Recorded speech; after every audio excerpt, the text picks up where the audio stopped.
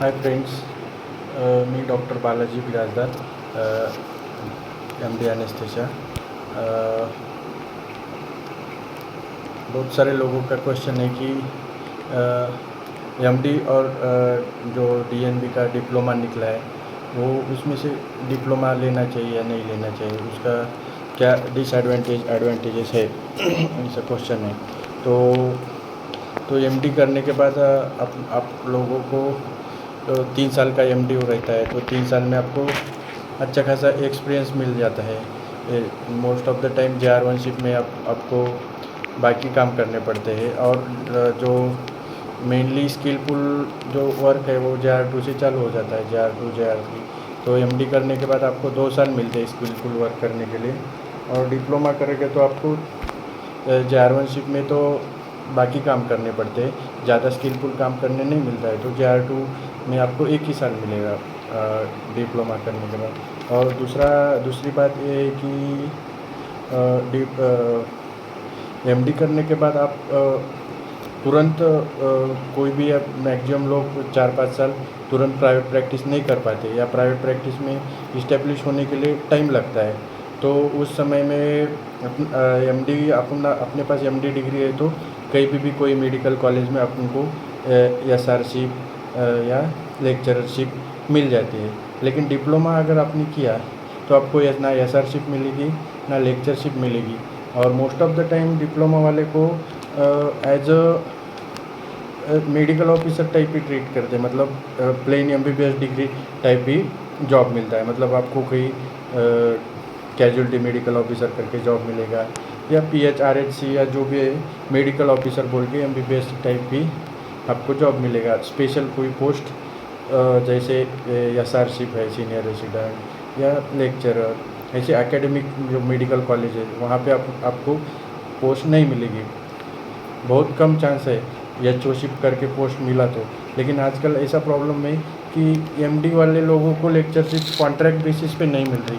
बहुत सारे लोगों को 4 महीने के लिए कॉन्ट्रैक्ट बेसिस पे लेक्चरशिप मिलती, लेकिन उसके बाद जब कंटिन्यूशन करना पड़ता है तो उनके लिए उनको 4-4 5-5 दिन वेट करना पड़ता है, और वो 4-4 5-5 दिन का पेमेंट भी नहीं मिलता उनको। जो अब 4 महीने की कोर्स ने लेक्चरशिप किया कॉन्ट्रैक्ट पे, तो उसके बाद और कंटिन्यूशन लेना पड़ता है कॉलेज से, और वो कंटिन्यूशन जल्दी नहीं मिलता है। मेरे कॉलेज में भी नहीं मिलता है इधर। तो ऐसी सिचुएशन है MD करने के बाद। तो डिप्लोमा वाले को तो अभी HOशिप कोई मेडिकल कॉलेज में, समझो किसी ने एनेस्थेशिया में डिप्लोमा किया और उसका डिपार्टमेंट में HOशिप मिलेगी, ऐसा खूब रेयर चांस है, क्योंकि MD वाले ही अवेलेबल है तो उनको क्यों लेंगे। तो आपको, और कोई भी अभी समझो किसी ने डिप्लोमा किया है एनेस्थेशिया में, किसी ने MD किया है, तो कोई भी तुरंत प्राइवेट प्रैक्टिस मतलब इतना जल्दी फास्ट में नहीं चालू करते, क्योंकि उतना कॉन्फिडेंस नहीं आता। तो लोग क्या करते, 2-3 साल SRशिप करते, लेक्चरशिप करते, फिर उसमें से जो जब कॉन्फिडेंस आता है तब प्राइवेट प्रैक्टिस में जाते हैं। तो वो आपको डिसएडवांटेज रहेगा कि आप लेक्चरशिप SRशिप नहीं कर पाएंगे। और दूसरी बात ये है कि आप डिप्लोमा ले रहे हैं तो आप वो एक्सपीरियंस का भी आपको डिप्लोमा में 2 साल का एक्सपीरियंस मिलेगा, MD में 3 साल का एक्सपीरियंस मिलेगा। और जब डिप्लोमा ले रहे हैं, अगर आपको ऑप्शन ही नहीं है, समझो किसी को OBGY में ही करना है लेकिन MS OBGY नहीं मिल रहा है, लेकिन डिप्लोमा मिल रहा है OBGY का, तो ठीक है, आपको वही ब्रांच चाहिए तो आप ले सकते हैं। लेकिन आप ऐसा ले लो कि वो डिप्लोमा MCI रिकॉग्नाइज होना चाहिए। मेन MCI रिकॉग्नाइज हुआ आपका डिप्लोमा, तो आप उसके बाद सेकेंडरी DNB कर सकते हैं, और सेकेंडरी DNB के बाद आपकी degree mostly equal to MD हो जाती है। बाद में 2-3 साल SRशिप किया तो DNB और MD इक्वल हो जाते हैं। तो लेकिन वो MCI रिकॉग्नाइज हुआ तो भी आप उसके बाद सेकेंडरी DNB कर सकते हैं। अगर आपका डिप्लोमा MCI रिकॉग्नाइज नहीं है तो आपको सेकेंडरी DNB करने नहीं मिलेगा। ये इम्पोर्टेंट ध्यान में रखना है। और मोस्टली अगर आप ट्राई करो कि आपको MD या MS डिग्री मिले, डिप्लोमा लास्ट ऑप्शन रखो, क्योंकि बहुत बार क्या होता है, अब मेरा एक फ्रेंड है, उसकी बीवी डिप्लोमा इन एनेस्थेशिया है और वो MD एनेस्थेशिया है। लेकिन उसको बीवी को डिप्लोमा इन एनेस्थीसिया करके मेडिकल कॉलेज में जॉब नहीं मिलता है एज ए लेक्चरशिप या जो भी एनेस्थीसिया डिपार्टमेंट में जॉब मिलना टफ है, क्योंकि एमडी वाली कैंडिडेट अवेलेबल है तो डिप्लोमा वाले को कौन लेगा जॉब में मतलब वो सब्जेक्ट में समझो एनेस्थीसिया में, एनेस्थीसिया डिपार्टमेंट में ज्वाइन करना।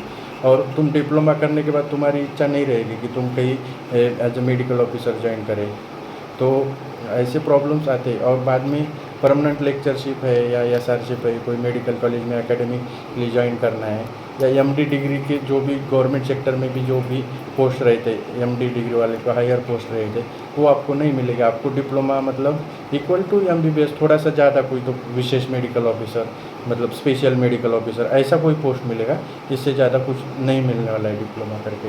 तो ये जो गवर्नमेंट जॉब है इसमें ये प्रॉब्लम है। और कहीं भी प्राइवेट में भी अगर कहीं मल्टी स्पेशलिटी हॉस्पिटल है कई है, तो उनके पास जो प्रिफरेबली एमडी वाले को ही प्रीफर करेंगे, क्योंकि वो सामने में पार्टी लिखना है वो डॉक्टर की, तो वहाँ पे एमडी लिखा हुआ तो अच्छा लगता है, लोगों को इम्प्रेशन पड़ता है। तो वो आपको कारपोरेट सेक्टर में भी आपको अच्छा काम मिलने की चांसेस कम है अगर आप डिप्लोमा कर रहे हैं, तो ये प्रॉब्लम है डिप्लोमा करने के बाद। लेकिन प्राइवेट प्रैक्टिस में अगर आप डिप्लोमा करके भी आपका एक्सपीरियंस अच्छा है, आपकी स्किल अच्छे है, आप अच्छे से मैनेज कर पा रहे हैं, तो प्राइवेट प्रैक्टिस में इतनी तकलीफ नहीं आती, कर सकते हैं। लेकिन फिर भी एमडी रहा तो अच्छा रहेगा। और ये मेडिकल कॉलेज में जॉब करना या जो भी एमडी डिग्री को जो भी गवर्नमेंट सेक्टर या प्राइवेट सेक्टर में जॉब मिलते हैं वो थोड़े बहुत कम चांस है डिप्लोमा पे मिलने का। आप खुद की प्राइवेट प्रैक्टिस ही करना पड़ेगा।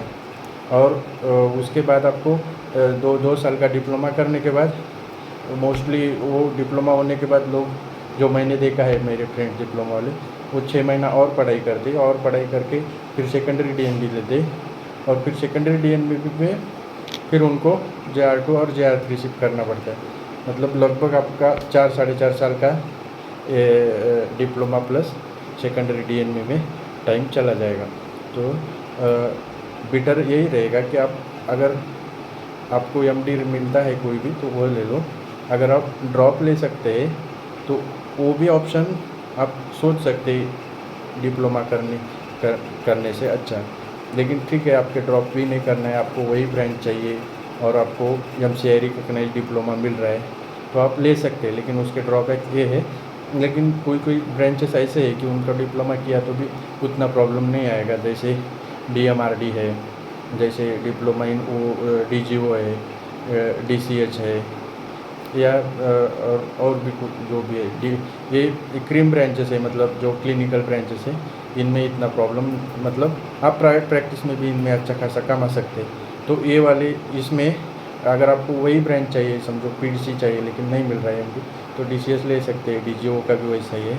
और रेडियो में MD नहीं मिल रहा है तो DMRD ले सकते हैं। लेकिन और जो उनके ड्रॉबैक वो है, लेकिन ये ब्रांचेस में प्राइवेट प्रैक्टिस में भी अच्छा खासा स्कोप है तो आप उसमें कर सकते हैं। और MCI रिकग्नाइज है तो आप ऑल ओवर इंडिया कहीं पे भी प्रैक्टिस कर सकते हैं।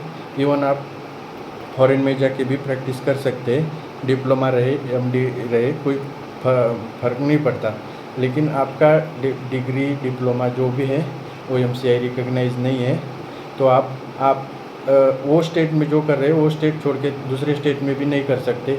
समझो कोई महाराष्ट्र से कहीं किया है, जो महाराष्ट्र में CPS डिग्री है, जो मोस्ट ऑफ द उसके ब्रांचेस CPS के, समझो रेडियो की CPS DMRE बोलते हैं उसको, अगर वो MCI रिकग्नाइज नहीं है तो उसमें वो लोग सिर्फ महाराष्ट्र में ही प्रैक्टिस कर सकते हैं और दूसरे 1-2 स्टेट है जहाँ पे वो कर सकते हैं। लेकिन ऑल ओवर इंडिया नहीं कर सकते वो लोग, और फॉरेन में तो नहीं कर सकते क्योंकि वो MCI रिकग्नाइज नहीं है।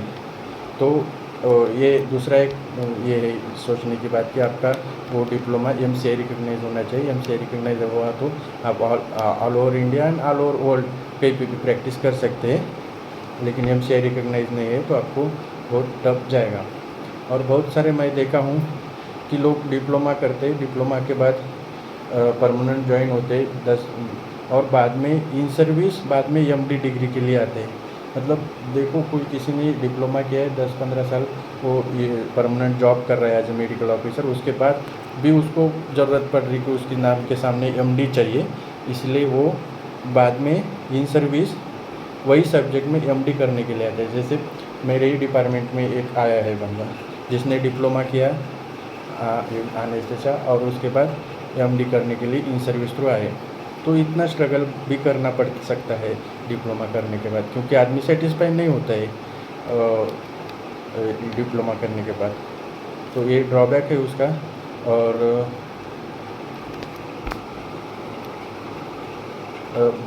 वही बहुत सारे लोग डिप्लोमा करके, सीपीएस वाले भी मेरे एक दो फ्रेंड थे, उन्होंने 10-20 साल पहले या 10 साल पहले सीपीएस किया हुआ था, एक ने आर्थो में, एक ने एनेस्थीसिया में, लेकिन वो उस पर सेटिस्फाई नहीं हुए।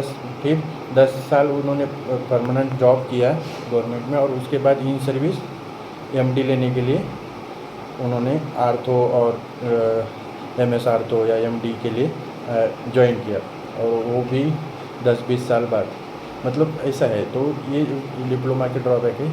लेकिन डिप्लोमा अगर एमसीआई रिकग्नाइज है, आपको वही ब्रांच में करना है तो आप कर सकते हैं, और उसके बाद सेकेंडरी डीएनबी कर सकते हैं। सेकेंडरी डीएनबी नहीं भी किया तो प्राइवेट प्रैक्टिस कर सकते हैं, लेकिन एमडी वाली जॉब्स आपको नहीं मिलेगी। Okay, thank you, bye.